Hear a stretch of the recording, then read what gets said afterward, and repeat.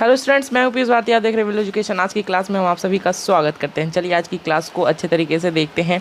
आज हम लोग economy and history of its development करने वाले हैं। लेक्चर नंबर 8 हम लोग का चल रहा है। ठीक है, बहुत ही इंटरेस्टिंग सा टॉपिक्स अभी आप लोग की चल रही है, तो आप लोग को एकदम अच्छे तरीके से समझना होगा। ठीक है, चलिए इस इकोनॉमिक्स की क्लास को हम लोग तुरंत आगे की क्लास में लेके चलते हैं।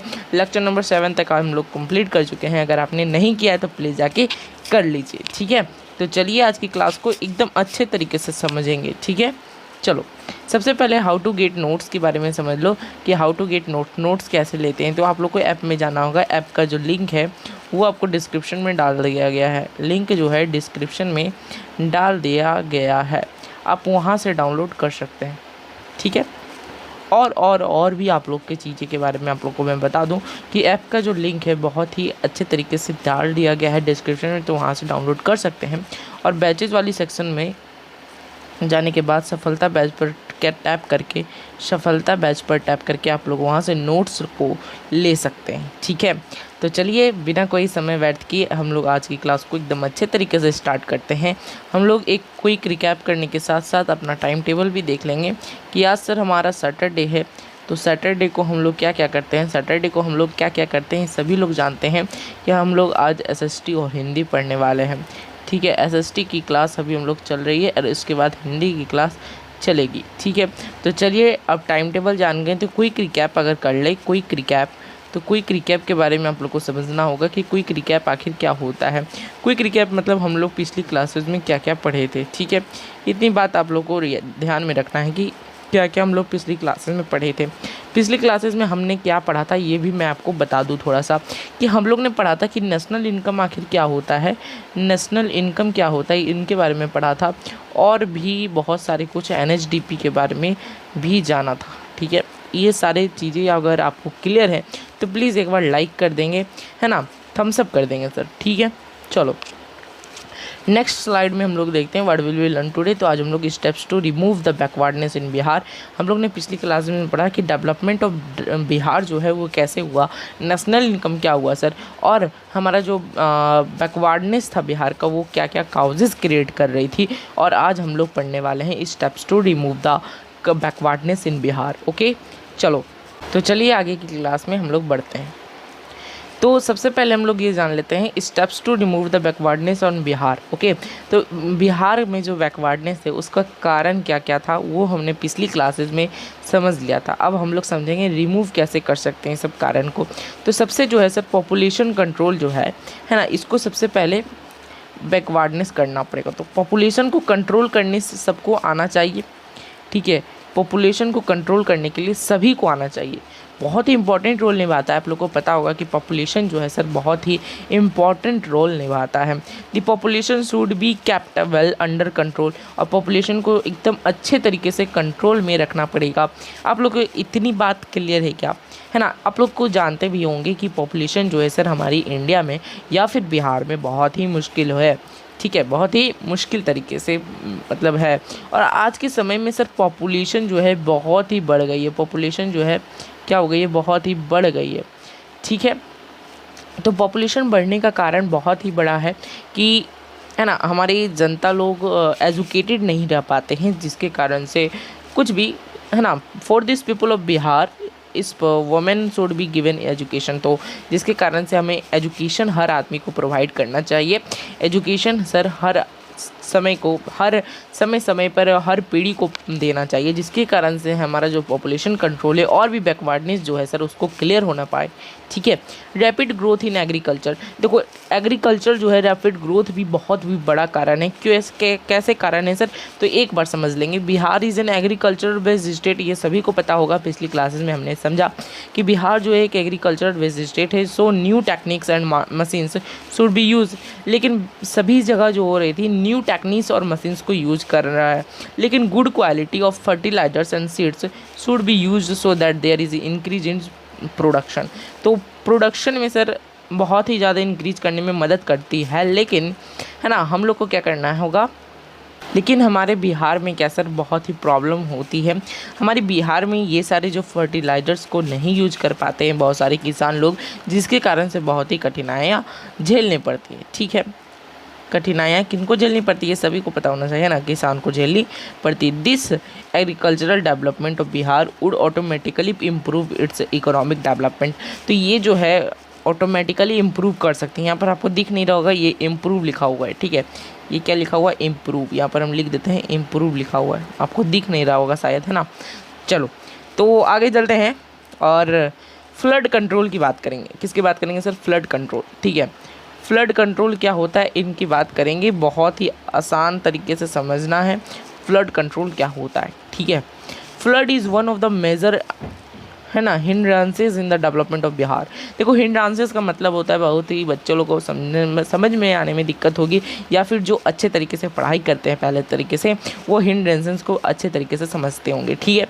चलो, और हिंड्रेंसेस का मतलब ही होता है सर कि, है ना, बैकवर्डनेस जो बन रही है बिहार में, वो सबसे बड़ा मेजर कारण है, कारण ही बता रहा है। हिंड्रेंसेस का मतलब है काउजेज, ओके। तो फ्लड कंट्रोल क्या है सर, मेजर काउजेज है, ठीक है, डेवलपमेंट ऑफ बिहार। देखो बिहार में अक्सर फ्लड आती है, हमने पिछली क्लासेस में डिस्कस किया था। फ्लड की कंट्रोल करने के लिए क्षमता होनी चाहिए सर, है ना, यहाँ से, जिसके कारण से लॉस ऑफ लाइफ होती है। और many of the reverse of north Bihar originate from the Himalayas with the help of Nepal government flood control could be made successful. और यहाँ पर नेपाल में सिर्फ इंडिया को नहीं सर, नेपाल को भी कुछ आगे तक इंडिया की हेल्प करनी चाहिए, कि है कि नहीं। आप लोग को भी अगर लगता है तो प्लीज़ कमेंट करना। Unfortunately the southern Bihar is in the grip of famine which can be improved bye adopting new techniques of irrigation. तो और साउथ बिहार में क्या होता है सर कि हमारा सुखाड़ है, फैमिन्स है। तो वो सारी चीज़ों को देखने के लिए हमें क्या करना चाहिए, इरिगेशन का पर्पज़ उठाना चाहिए, ठीक है।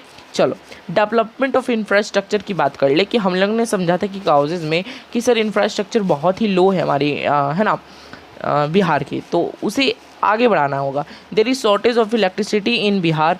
तो अब धीरे धीरे उसकी डेवलपमेंट हो रही है, अभी सारे गांव में, सारे विलेजेस में पहुंचाई जा रही है इलेक्ट्रिसिटी। लेकिन पहले के ज़माने में सर इलेक्ट्रिसिटी हुआ ही नहीं करती थी। So electricity generation should be increase, ठीक है।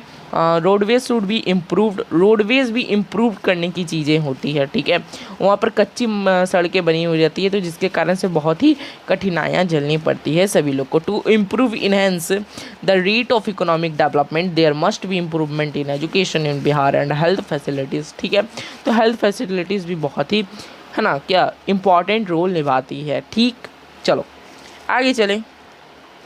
अब हम लोग बात कर लेते हैं इंडस्ट्रियल डेवलपमेंट की। इंडस्ट्रियल डेवलपमेंट का क्या मतलब है, ये सारी चीज़ों को समझना है, ठीक है। इंडस्ट्रियल डेवलपमेंट क्या होती है। आफ्टर बिहार झारखंड पार्टीशन, जो बिहार है सर वो डिप्रीव्ड था इंडस्ट्रीज़ का क्या था सर, डिप्रीव्ड था।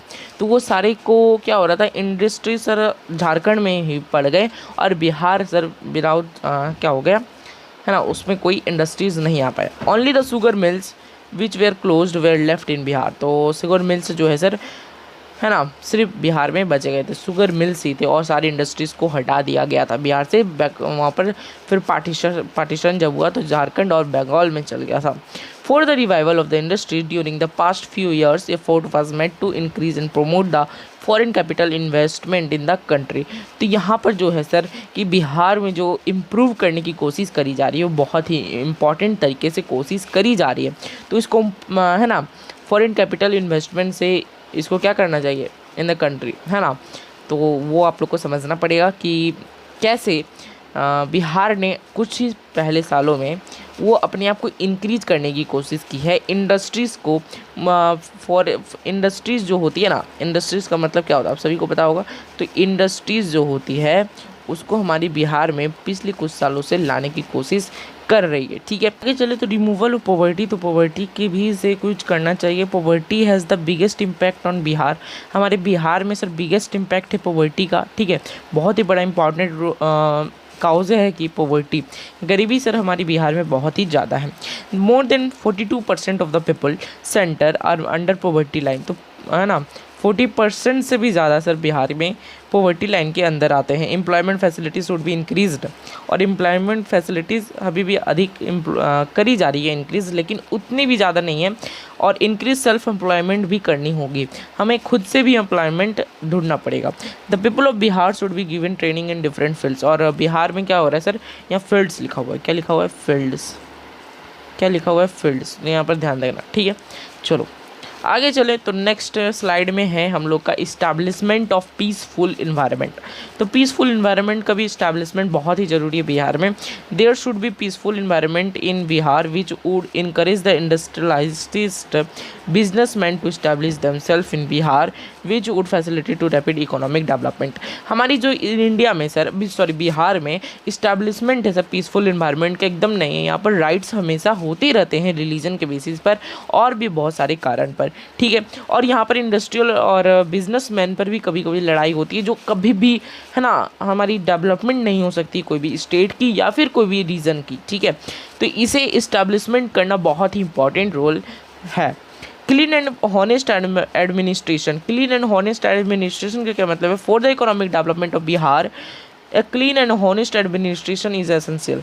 एसेंशियल का क्या मतलब होता है कि है ना ज़रूरत है। इकोनॉमिक डेवलपमेंट अगर बिहार के में होना चाहिए तो एक हॉनेस्ट और क्लीनेस्ट एडमिनिस्ट्रेशन होना चाहिए, ठीक है। इतनी बार अगर क्लियर है तो कैसे रिमूव कर सकते हैं हम लोग बैकवर्डनेस ऑफ बिहार के, तो इसके बारे में आप लोग को समझ में आ गई होगी आई होप। तो चलिए अब हम लोग नेक्स्ट एक बच गया है ना, transfer of resources from the centre. तो ये सारे भी चीज़ें एक चीज़ बार फिर से देख लेते हैं। Transfer of resources from the centre, centre से ट्रांसफ़र करना resources for the development of Bihar. Transfer of resources from the centre is essential, centre से ट्रांसफ़र करने के लिए एसेंशियल है। By providing status of special states more resistance from the centre can be provided to them after being declared as a special state. Jammu and Kashmir, Punjab and north eastern states of India have been getting this special assistance. जैसे कि हमें able administration जो lack था वो इसको मजबूत करेगी, lake जो है सर इसको यही मजबूत करेगी, ठीक है। यहाँ पर रिसोर्सेज का ट्रांसफ़र मतलब है कि सर यहाँ से रिसोर्सेज को भेजना चाहिए और जो कि हमारी डेवलपमेंट होगी हमारी तब स्टेट्स की, ठीक है। तो यहाँ पर कुछ लाइन्स लिखी गई है तो इसको पढ़ लेते हैं एक बार और फिर से क्लास को एंड करने की समय आएगी, ठीक है। From the economic point of view, from the economic point of view, economic point के तरीके से अगर देखा जाए हम लोग को स्टेट्स को, तो बिहार जो है सर एक बैकवर्ड स्टेट है, ये हमने इसने समझा। After the Bihar Jharkhand partition on 15th November 2000, many of the mineral enriched areas went into Jharkhand state and Bihar was left with some industries and fertile lands। तो ये बहुत ही कठिन चीज़ थी कि बिहार में बहुत सारे कम रिसोर्सेज पाए जाते हैं, झारखंड में ज़्यादा। तो ये सारे मिनरल जो है सर एनरिच्ड एरियाज़ में झारखंड में ही आ गए, लेकिन बिहार जो है सर विदाउट सम इंडस्ट्रीज और फर्टिलाइज लैंड से नहीं वंचित रह गया, ठीक है। Majority of the populations dependence on agriculture, lack of irrigation facilities, high rate of increase in population, poverty are some of the major concerns of Bihar. तो increase in population बहुत ही है ना, तो हमने समझा जो भी हमने समझा वही चीज़ लिखी हुई है कि बैकवर्डनेस हो रहा है बिहार की वो कैसे इंक्रीज़ हो चुकी है और उसे फुलफ़िल कैसे हमें करना चाहिए, ठीक है। तो हम लोग mostly there is flood in north Bihar and famine in south Bihar. हमने बताया है कि नॉर्थ बिहार में फ्लड आने की संभावनाएं बहुत ज़्यादा रहती है और साउथ बिहार में सर फेमिन आने की बहुत ज़्यादा है ना रहती है। फेमिन का मतलब मैंने बता दिया ड्राउट, ठीक है। इन 2008 ये सारी चीज़ें हमने पढ़ चुकी है पहले ही क्लासेस में, ठीक है, कोसी फ्लड अलर्ट के बारे में, ठीक। चलो अब नेक्स्ट चलते हैं। Several political efforts were made in this respect, more resistance from the centre for the development and exemption from the different taxes will be given to Bihar after securing status of special state, which will accelerate the growth rate of development in Bihar. But there is a lot of practical administration problems in giving the status of special status to Bihar. तो बिहार में sir हमारी जो है बहुत ही backwardness हो गई है, politics भी इसमें अफोर्ड कर रही है सर, है ना। तो इसको रेस्पेक्ट में सेवरल पॉलिटिकल सपोर्ट्स भी हो रहे हैं और बहुत सारे सी गिविंग स्टेटस स्पेशल स्टेट दिया जा रहा है बिहार को, जो बहुत ही एक बैकवर्डनेस से आगे ले जाने की संभावनाएं रखती है, ठीक है। चलो हम लोग नेक्स्ट क्लास में क्या पढ़ेंगे इसके बारे में एक बार समझ लेते हैं। ऐप को डाउनलोड कर लेना, नोट्स को डाउनलोड कर लेना, अच्छे तरीके से समझ लेना कैसे नोट्स को डाउनलोड करते हैं। नेक्स्ट क्लास ऑन हम समझेंगे रोल ऑफ बिहार इन इकोनॉमिक डेवलपमेंट, और ये जो होगी इसके बाद हमारी सर थ्योरी वाली लास्ट लेक्चर होगी और उसके बाद हम लोग इकोनॉमिक्स की ये वाली चैप्टर्स को एंड कर देंगे। सॉरी, थ्योरी वाली लास्ट लेक्चर होगी और इस चैप्टर की 2 लेक्चर्स होगी, 8 है नाम, तो 9 और 10 होने वाली है, ठीक है।